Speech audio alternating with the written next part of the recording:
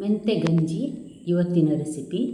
ನಮ್ಮ ತುಳುವರು ಮಾಡುವಂತಹ ಆಟಿ ಅಮಾವಾಸ್ಯೆಯ ದಿನ ತಿನ್ನುವಂತಹ ಇದು ಮೆಂತೆಯ ಗಂಜಿ. ಇವತ್ತು ನಾನು ಇದನ್ನು ಹೇಗೆ ಮಾಡೋದೆಂದು ತೋರಿಸ್ತಾ ಇದ್ದೇನೆ ನಿಮಗೆ. 2 ದೊಡ್ಡ ಚಮಚ 2 ಟೇಬಲ್ ಸ್ಪೂನ್ ಮೆಂತೆಕಾಳು. ಇದನ್ನು ವಾಶ್ ಮಾಡಿ ನಾನು ರಾತ್ರಿಯೇ ನೆನೆ ಹಾಕಿದ್ದೇನೆ, ಯಾಕಂದರೆ ನಾನು ನಾಳೆ ಬೆಳಿಗ್ಗೆ ಮಾಡ್ತೇನೆ, ಅದಕ್ಕೋಸ್ಕರ. ಇಲ್ಲಾಂದರೆ ಒಂದು 2 ಗಂಟೆ ನೆನೆ ಹಾಕಿದರೆ ಸಾಕು, ಸಂಜೆ ಮಾಡುವ ಹಾಗಿದ್ದರೆ. 1 ಲೋಟದಷ್ಟು ಬೆಳ್ತಿಗೆ ಅಂದರೆ ಸೋನಾ ಮಸೂರಿ ಅಕ್ಕಿ ಅಥವಾ ಬಾಸ್ಮತಿ ಸಹ ತಗೊಳ್ಬಹುದು. ಇದನ್ನು ನಾನು ಒಂದು ಅರ್ಧ ಗಂಟೆ ಚೆನ್ನಾಗಿ ತೊಳೆದು ನೆನೆ ಹಾಕಿದ್ದೇನೆ. ಮೆಂತೆ ಸಹ ಚೆನ್ನಾಗಿ ನೆಂದಿದೆ. ಇದು ಬೆಳಿಗ್ಗೆ ನೋಡಿ ಮಾಡ್ತಾ ಇದ್ದೇನೆ ನಾನೀಗ.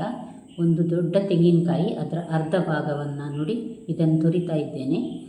ಸಾಧಾರಣ 1 ಬಟ್ಟಲಷ್ಟು ಇದೆ ಇದರಲ್ಲಿ ನೋಡಿ, ತುಂಬ ಇದೆ. ಇಷ್ಟು ತೆಂಗಿನಕಾಯಿ ಬೇಕಿದ್ದಕ್ಕೆ, ರುಚಿ ಜಾಸ್ತಿ, ಅದಕ್ಕೋಸ್ಕರ. ಇದನ್ನೀಗ ನಾನು ಮಿಕ್ಸಿ ಜಾರಿಗೆ ಹಾಕಿ ಮೊದಲನೇ ಹಾಲು ತೆಗಿತಾ ಇದ್ದೇನೆ. ಇದರಲ್ಲಿ ಫಸ್ಟ್ ಮಿಲ್ಕ್ ಸಿಗ್ತದೆ ನಮಗೆ. ಒಂದು 2 ಲೋಟದಷ್ಟು ನಾನಿಲ್ಲಿ ನೀರು ಹಾಕಿ ಗ್ರೈಂಡ್ ಮಾಡಿ ತಂದಿದ್ದೇನೆ ನೋಡಿ. ಮೊದಲನೇ ಹಾಲು ಇಲ್ಲಿ ರೆಡಿ ಆಗ್ತದೆ.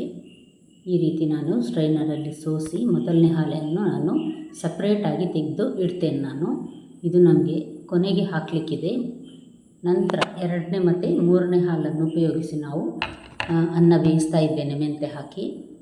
ಇದು ನೋಡಿ ನಾನು ತೆಗೆದು ಬೇರೊಂದು ಪಾತ್ರೆಯಲ್ಲಿ ಇದನ್ನು ಹಾಕಿಟ್ಟಿರ್ತೇನೆ. ಅದೇ ರೀತಿ ಇದು 2ನೇ ಹಾಲಿಗೋಸ್ಕರ ನಾನು 2 ಲೋಟದಷ್ಟು ನೀರು ಹಾಕಿ ಗ್ರೈಂಡ್ ಮಾಡ್ತೇನೆ. ನೀವಿನ್ನೂ ನನ್ನ ಚಾನಲ್ ಗುಡ್ ಫುಡ್ ಲ್ಯಾಂಡನ್ನು ಸಬ್ಸ್ಕ್ರೈಬ್ ಮಾಡಿಲ್ಲ ಅಂದರೆ ದಯವಿಟ್ಟು ಸಬ್ಸ್ಕ್ರೈಬ್ ಮಾಡಿ. ಹಾಗೂ ನಿಮಗೆ ಈ ರೆಸಿಪಿ ಇಷ್ಟ ಆದರೆ ಲೈಕ್ ಬಟನನ್ನು ಪ್ರೆಸ್ ಮಾಡಿ ಮತ್ತು ಫ್ಯಾಮಿಲಿ ಫ್ರೆಂಡ್ಸಿಗೆ ಶೇರ್ ಮಾಡೋದನ್ನು ಖಂಡಿತ ಮರಿಬೇಡಿ. ಇದು ನೋಡಿ 2ನೇ ಹಾಲು. ಇದೇ ರೀತಿ ನಾನೀಗ 3ನೇ ಸಲ ಸಹ ಒಂದು 2 ಲೋಟ ನೀರು ಹಾಕಿ ಹಾಲು ತೆಗಿತಾ ಇದ್ದೇನೆ ನೋಡಿ. ಇದಕ್ಕೂ ಅಷ್ಟೇ ನಾನು 1-2 ಲೋಟ ನೀರು ಹಾಕ್ತೇನೆ. ಅಷ್ಟು ನೀರು ಬೇಕಾಗ್ತದೆ, ಯಾಕಂದರೆ ನಾನು ಕುಕ್ಕರಲ್ಲಿ ಬೇಯಿಸ್ತಾ ಇಲ್ಲ, ಮತ್ತು ಗಂಜಿ ಅಂದಮೇಲೆ ಸ್ವಲ್ಪ ನೀರಾಗಿರ್ತದೆ, ಅದಕ್ಕೋಸ್ಕರ. ಎಷ್ಟು ತೆಳುವಾಗಿ ಮಾಡಿದರೂ ಒಂದು ಅರ್ಧ ಗಂಟೆ ಇಟ್ಟರೆ ಸ್ವಲ್ಪ ಗಟ್ಟಿ ಆಗ್ತದೆ ಅದು.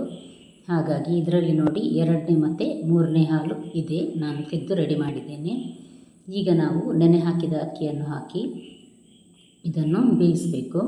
ಒಂದು ಸಲ ನಾನು ಹೈ ಫ್ಲೇಮಲ್ಲಿ ಇದನ್ನು ಕುದಿಯುವವರೆಗೆ ಇಟ್ಟಿರ್ತೇನೆ.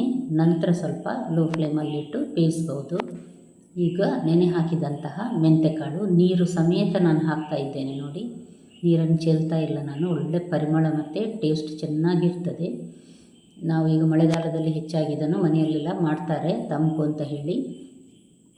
ನೋಡಿ ಇದನ್ನು ಹಾಕಿ ಒಂದು ಸಲ ಮಿಕ್ಸ್ ಮಾಡ್ತೇನೆ. ಹೈ ಫ್ಲೇಮಲ್ಲಿ ಒಂದು ಸಲ ಕುದಿಲಿಕ್ಕೆ ಅಂತ ಇಡುವ. ಸ್ವಲ್ಪ ನೀರು ಕಡಿಮೆ ಕಂಡಿತು ಅಂತ ನಾನೊಂದು 2 ಲೋಟದಷ್ಟು ನೀರು ಹಾಕಿದ್ದೇನೆ ನಾನು.